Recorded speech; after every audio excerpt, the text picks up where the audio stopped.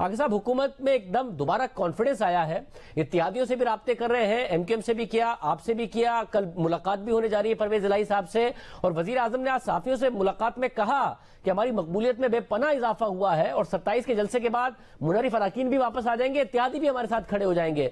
आप खुद भी देख रहे हैं, आपकी जमात देख रही है कि वाकई हुकूमत की मकबूलियत में तेजी से इजाफा हो रहा है और आप सोच रहे हैं उनके साथ खड़ा रहा जाए।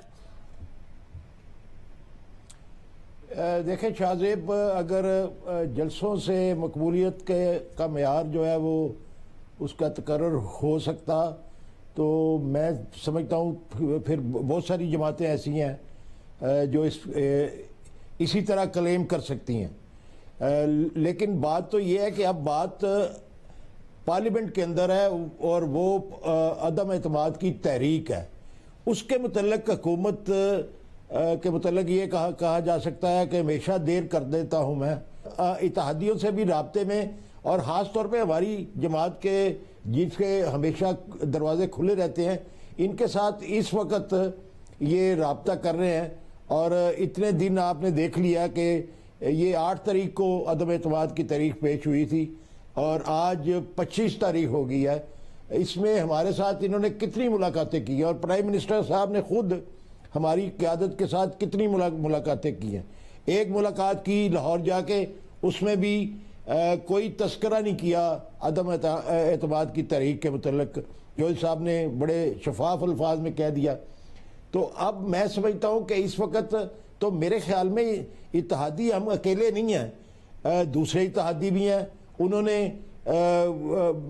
मेरे ख्याल में तो उन्होंने फैसले कर लिए हुए हैं और हमारी जमात है जो हमेशा हमारी क़यादत जो है चौधरी शुजात हुसैन साहब और परवेज इलाही साहब हमेशा ये कहते हैं कि फैसला करने से पहले 100 बार सोचना चाहिए और बाद में पछताना नहीं चाहिए।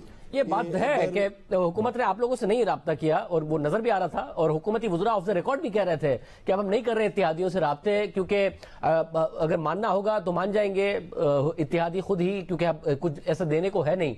मगर अब अचानक राब्ते शुरू किए हैं एमकेएम से भी, आपसे भी, तो ये जो कॉन्फिडेंस है कि जी हमारी मकबूलियत अचानक बढ़ी। अब कॉन्स्टिट्यूंसी पॉलिटिक्स तो आपकी जमात भी करती है ना, 5 एमएनएज आपके भी हैं। आपको कॉन्स्टिट्यूंसी से ये फीडबैक आ रहा है कि हुकूमत की पॉपुलैरिटी अचानक बढ़ी है, वज़ीर आज़म ने जलसे जुलूसों के जरिए और इस अदम एतमाद में जिस तरीके से अपोजिशन मिली है उसके बाद एक बाउंस बैक किया है, जिसकी वजह से आप सोच रहे हैं कि उनके साथ रहा जा सकता है इस वजह से ही। मुझे शाहजेब ये बताएं कि ये अदम एतमाद की जो तरीक है, जो जिसका फैसला पार्लियामेंट के अंदर होना है, उसका हल जो है वो जलसे खेलना है। ये पार्लियामेंट के अंदर अपने बंदे पूरे करने की बजाय, अपने घर को दुरुस्त करने की बजाय, इन्होंने इतना वक्त दिया कि लोग सोच विचार करके अपने अपने फैसले करने पर मजबूर हो गए। अब इनके घर के लोग जो हैं वो अगर इस तादाद में के इनके अपने ग्रुप के लोग ये कह रहे हों, राजा रियाज बार बार ये कह रहे हैं कि ये 27 लोग जो हैं अब हो चुके हैं, और लोग भी कई ऐसे हैं उनमें से जो तरीन ग्रुप के अलावा भी बंदे क्लेम कर रहे हैं। तो इस तरीके से तो अगर इनको सबको अपना जमा किया जाए तो ये बहुत बड़ी तादाद जो है वो इनके अपने घर से जो है वो निकल चुकी है। शायद ये सोच चुके थे कि हमारे बंदे जो हैं वो काबू में नहीं आएंगे, वो हमसे बदजन हो चुके हैं, इसीलिए इन्होंने जलसे करने शुरू कर दिए ताकि ये साबित हम करें कि हम पॉपुलर बहुत ज्यादा हैं और हमारी पॉपुलैरिटी जो है वो पहले से बढ़ गई है। वैसे यानी कि आप तो मेरे ख्याल में अदम एतमाद का हल नहीं है। तो आपको लग रहा है कि जो वजीर आजम का एतमाद है, आपको उस पर एतमाद नहीं है कि मुनर्रिफ अरकान भी 27 तारीख का जलसा देख के वापस आएंगे, इत्तेहादी भी वापस आएंगे? आपको लग रहा है कि हुकूमत खतरे में है अगले हफ्ते तरीके अदम एतमाद के नतीजे में?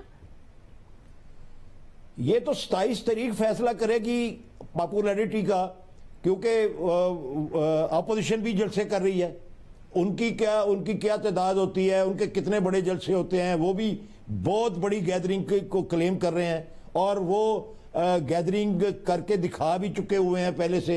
तो मैं समझता हूं कि ये अदम एतमाद जो है की तहरीक जो है उसका जो है वो अजाला नहीं कर सकती ये गैदरिंग, चाहे अपोजिशन बड़ा कर ले, चाहे हुकूमत बहुत बड़ा जलसा कर ले, लेकिन ये पॉपुलैरिटी का जो है पैमाना जो है उसको मुतय्यन नहीं कर सकती।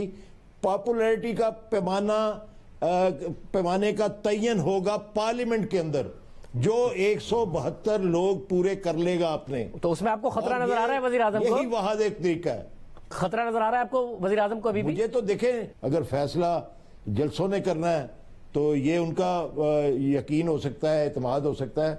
मेरे नजदीक तो इस तरीके एतमाद का फैसला जो है वो पार्लियामेंट के अंदर होना है, और वो थे या अपने मेंबरों को ये संभाल लेते या इत्तेहादियों को संभाल लेते। दोनों तरफ इन्होंने तवज्जो नहीं दी आज तक। अब तीन सूरत हाल है। जब कल आपकी मुलाकात होने जा रही है परवेज इलाही साहब की, उसमें एक मामला यह है कि ऑपोजिशन के तकरीबन एमक्यूएम के साथ तो मामला काफी हद तक आगे बढ़े हैं, उनकी मुलाकातें भी बहुत ज्यादा हो रही हैं, मगर नजर आ रहा है कि आपके ऑपोजिशन से भी मामला पिछले दिनों में कुछ बहुत ज्यादा आगे नहीं बढ़े हैं।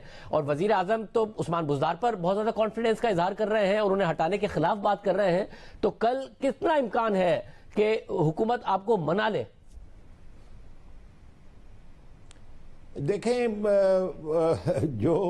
जो ये आज तक के जो हालात हैं शाहजेब, उसमें तो मुझे नहीं लगता, क्योंकि जो भी क़यादतों ने फैसले करने होंगे वो कर चुकी होंगी, और इस स्टेज के ऊपर वो क्या कहेंगे आके और क्या बात करेंगे और कौन सा तुरब का पत्ता होगा जो वो हमारे सामने फेंकेंगे। मेरे ख्याल में कल की जो मीटिंग है उसके अंदर तो कोई फैसला होने नहीं जा रहा, क्योंकि अगर कोई बात हो सकती थी तो वो प्राइम मिनिस्टर साहब की मुलाकात में हो सकती थी।